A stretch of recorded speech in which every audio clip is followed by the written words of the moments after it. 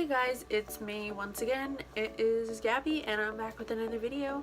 If you're new here, you're probably clicking on this video because of the title. So that means you haven't visited my channel before, which means I'll tell you a little bit about what I do here. I have vitiligo. It's an autoimmune disease where basically I just don't have any skin color in certain places on my body, such as my face. It used to be my chest, you know, random places, particularly in like crevices, but then yet again it's like, I don't know, everywhere. So just random places in my body I don't have skin color, so it doesn't affect anything. For some people it changes hair color. That didn't happen for me. But today's video is going to be how to repigment vitiligo part 2. I made this video back in literally a long time ago. It's been a really long time since I filmed this video, and so many things have changed since I first started writing. Since I first filmed that video. When I first filmed it, it was because I had so many spots on my chest. People on Instagram were asking me so much about how it's happening, what treatment am I taking, what am I doing, and I touched on a few like topics when I talked about like my findings like a year ago, I guess. It would be a year ago. So so much has changed. So my body has changed a lot. I've learned so many new things. So many things have changed since I first filmed this video. If you notice I don't do that, then you can't see me. Like, watch. Okay, it did it on its own, but you know what I mean. I turned into a ghost. Without makeup, I don't have any. It's really hard to see that I have like any pigment on my face. I look majoritely I don't know the word. It looks mostly white is what I'm trying to say. But since my repigmentation like journey, I guess I'll call it, began a year, not a year ago, it began 2 years ago. It has started coming up my face and my neck, and as you can see, I don't know how to feel about it. I'm slowly approaching being one color again. So I hope that gives you a good background on me. If you already knew that, sorry. Some people don't. I actually filmed this video several weeks ago, and in the midst of getting a new computer, I got a MacBook. My other one was literally dying, so I couldn't edit on the other one anymore, so I got this one. And in the midst of like switching computers, somehow the video got lost and I have no idea where it went. I was really upset because I took a lot of time to film that video for you guys, and it's been so highly requested, and I'm just really upset. But I'm going to refilm it for you guys today and let you know of everything that I've learned ever since then. So I don't even know really where to start. In my previous video, I'll link it right here, I talked about like, I briefly talked about like acceptance. I talked about like healing. I don't even know what I said, but I'm gonna put it up here and I'll put it down below for you guys to see it. If you haven't seen it before this one, it'll probably make more sense if you watch that one first, so I'll put it right here. But in that video I talked about some of the things that I was learning at the time. And a big one was talking about learning about your allergies and things like that, because if you're constantly putting something in your body that you're literally sick to, then your body can't react in a normal way. So so some of these things are not going to be some of these things are going to be kind of like boring. You're not going to want to necessarily hear about them because they're going to be kind of sciencey. Yeah, they're going to be kind of sciencey, and some of them you might not even think applies to you, but I urge you to consider all of the things I'm about to say, because something's going on in your body. If you have vitiligo, it might not be serious, but there's something going on causing the skin to like react in that way. So, and keep in mind, I am not a doctor, so I might as well don't take any advice from me, but I have vitiligo. I'm going through it. The regular doctors don't have like an answer or a cure for it, and I have it, and it's repigmenting. So this is everything that I've learned. So if you want to implement these things, please do it, but please be safe. And remember, I'm not a doctor. So the first thing I wanted to talk about is like sugars. I know pretty much in like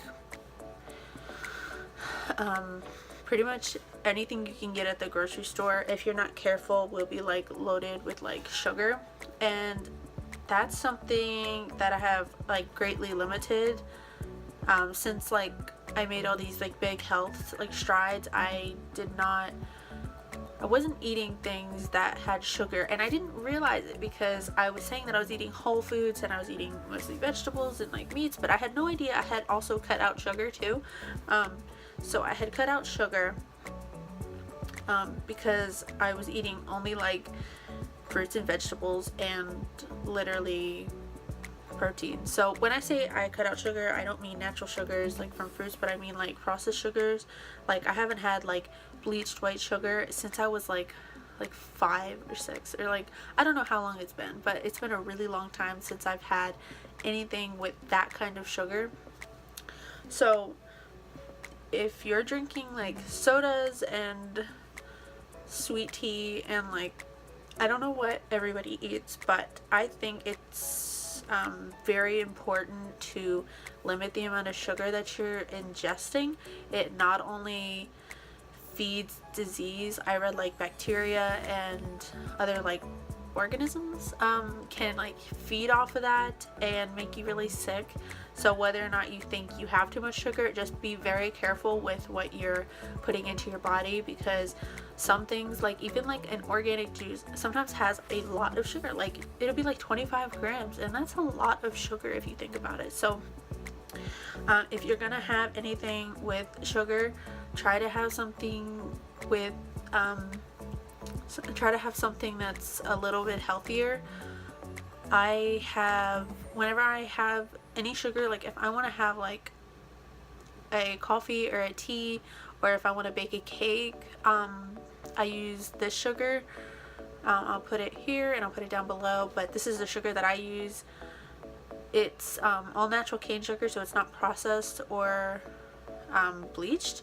So it's like a much healthier version, and it's organic, and it's not processed. So be really careful with what you're eating and drinking, because you might not think you're having a lot of sugar, but you might be having a lot and just not realizing it. So be really cautious of that.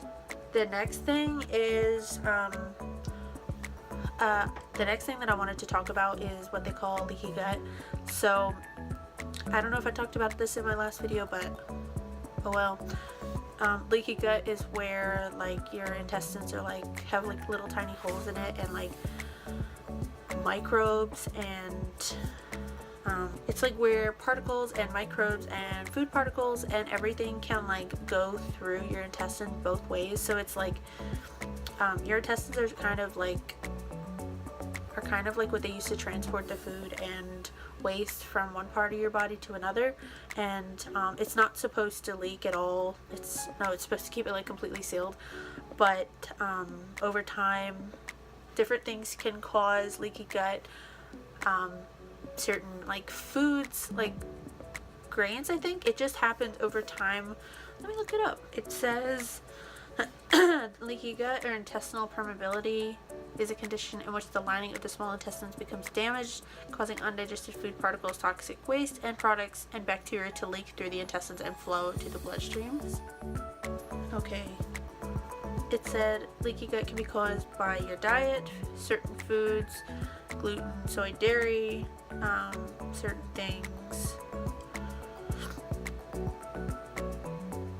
And not to say that all of those things cause leaky gut, but some of the harsh things can cause intestinal permeability, and then those things can leak out into your bloodstream and cause other issues. Oh my gosh. It says leaky gut can be caused by medications including antibiotics, steroids, over-the-counter relievers, pain relievers like aspirin, acetaminophen, and it can damage protective mucus layers and the lining of your intestines.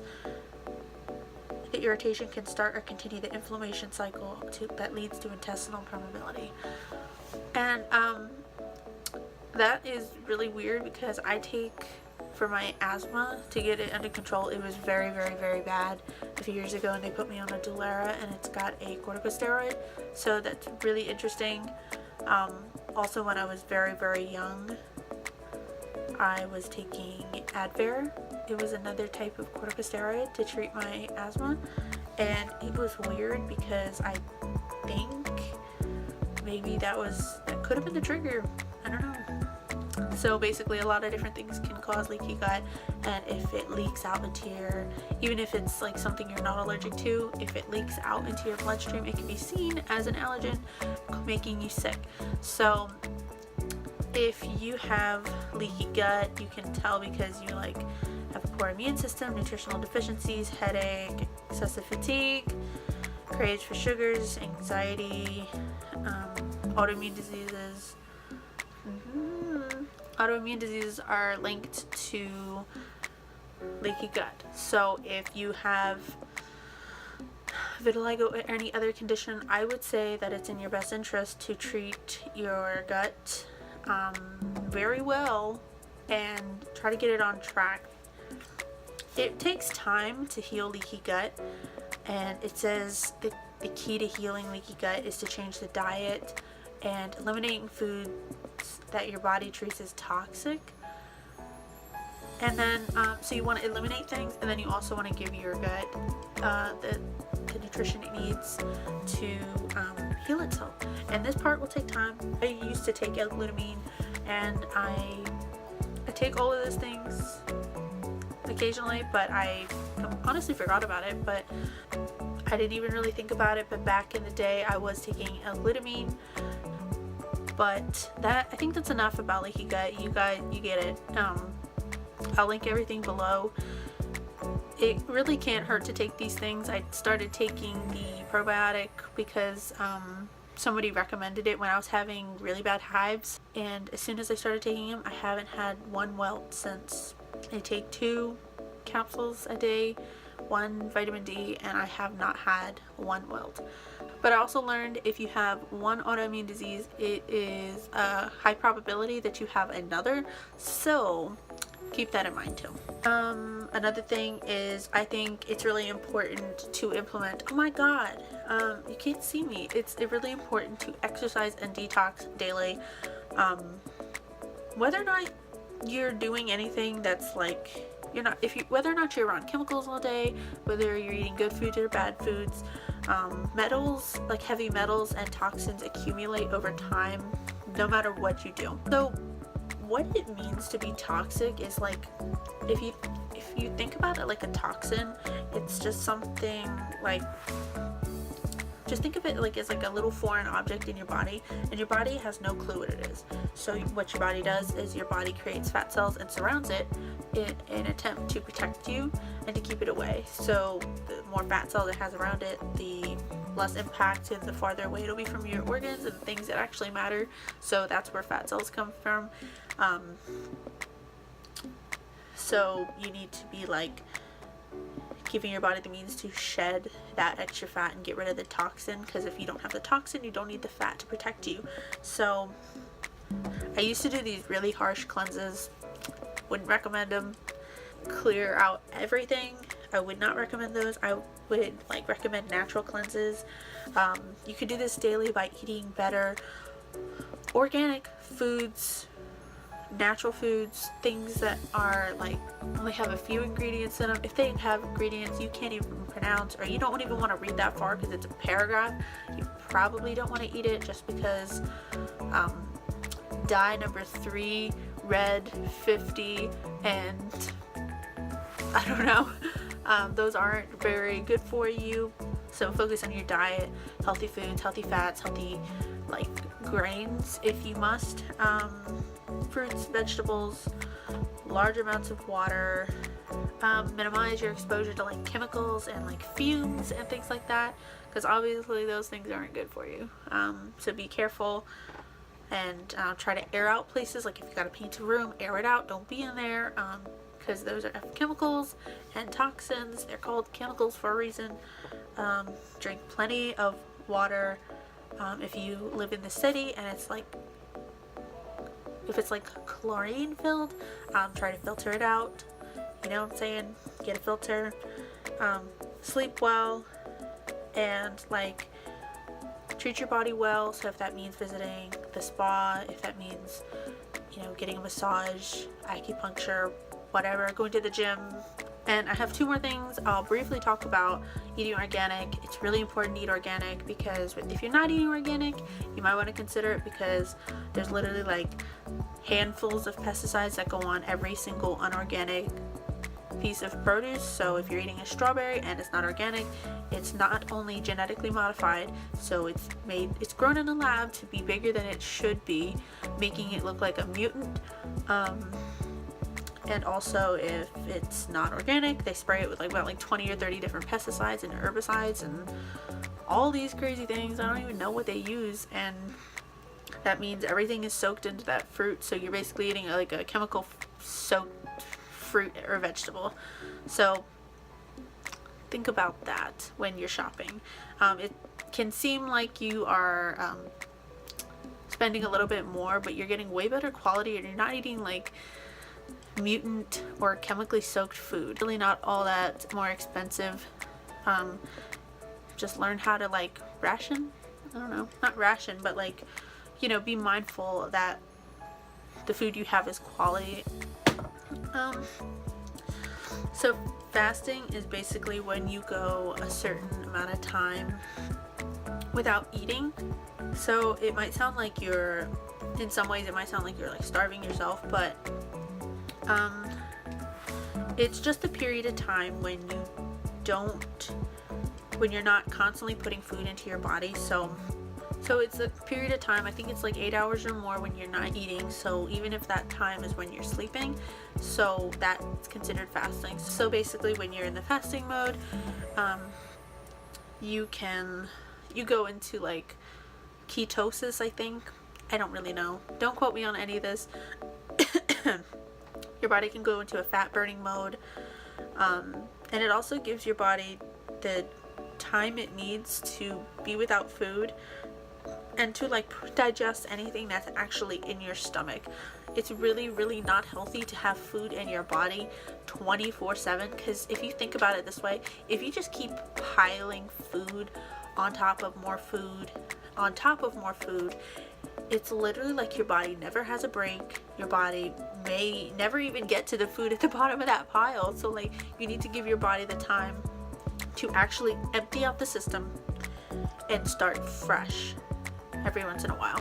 Not only are you like overworking, you can be like considered overworking your body, but it can also like, I don't know, it can just take a toll if your body is not properly digesting all the food. So it helps to give your body a couple days, like a day or two out of the month when you're not constantly filling it with more food. So the definition is abstinence from food. So there's lots of different time periods in which you can fast. Some people fast for like a week, up to a week, and that's a long time. That's commitment. And some are like 8 hours or more, and then you can eat some. There's even some diets where it's called the warrior diet, where you don't eat from like, you only eat in a certain period of window from like, I don't know, 4 to 8 p.m. or whatever, and you can eat as much as you want, and then from 9 p.m. till 4 p.m. the next day you won't eat, so you only eat in that certain window. There's lots of ways to do intermittent fasting. There's lots of ways to fast in general. There's like many different benefits to fasting, and I used to do this all the time and I didn't even recognize it at the time. I really recently just started doing it again, but I read right now it's saying that it promotes blood sugar control by reducing insulin resistance. I don't know much about that, but it shows that it helps to like steady your blood sugar and to not need like, it shows that you don't necessarily need to like add more sugar and food and fuel as often or as much, because your body is learning to stabilize itself without it. Inflammation can be involved in certain conditions like heart conditions, chronic conditions, and many other conditions. It shows that it can decrease inflammation in your body, therefore allowing it to rest and heal and rejuvenate itself. It shows that intermittent fasting significantly decreases inflammation, therefore it is extremely beneficial to your body. It can improve your brain function. I don't like this. Okay. It's basic knowledge. Okay.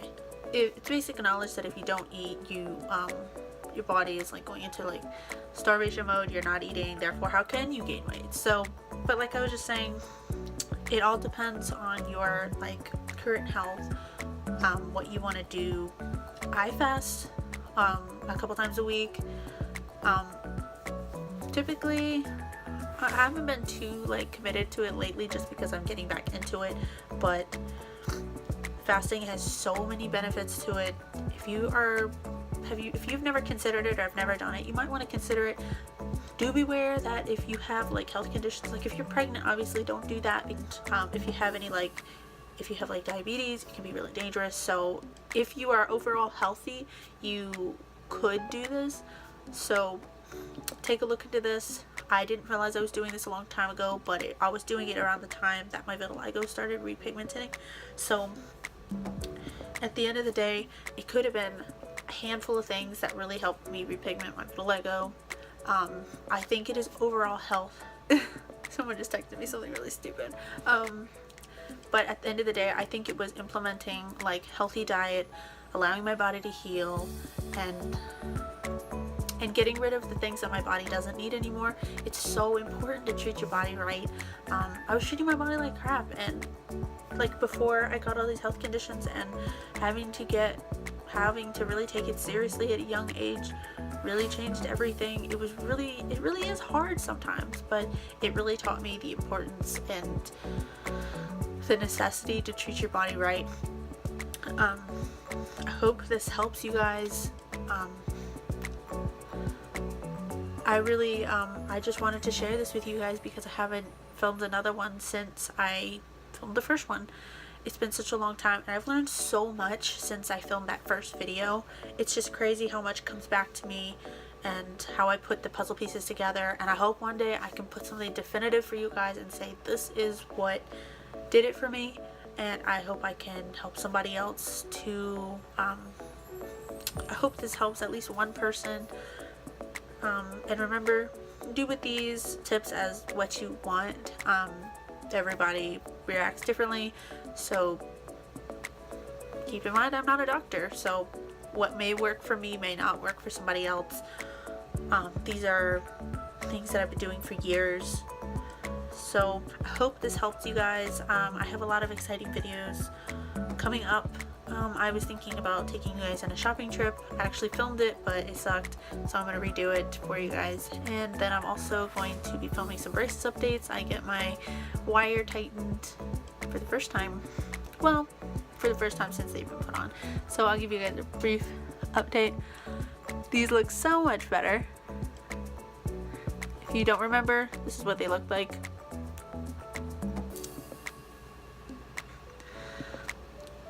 They were pretty slanted, and now this tooth is out and it's healed.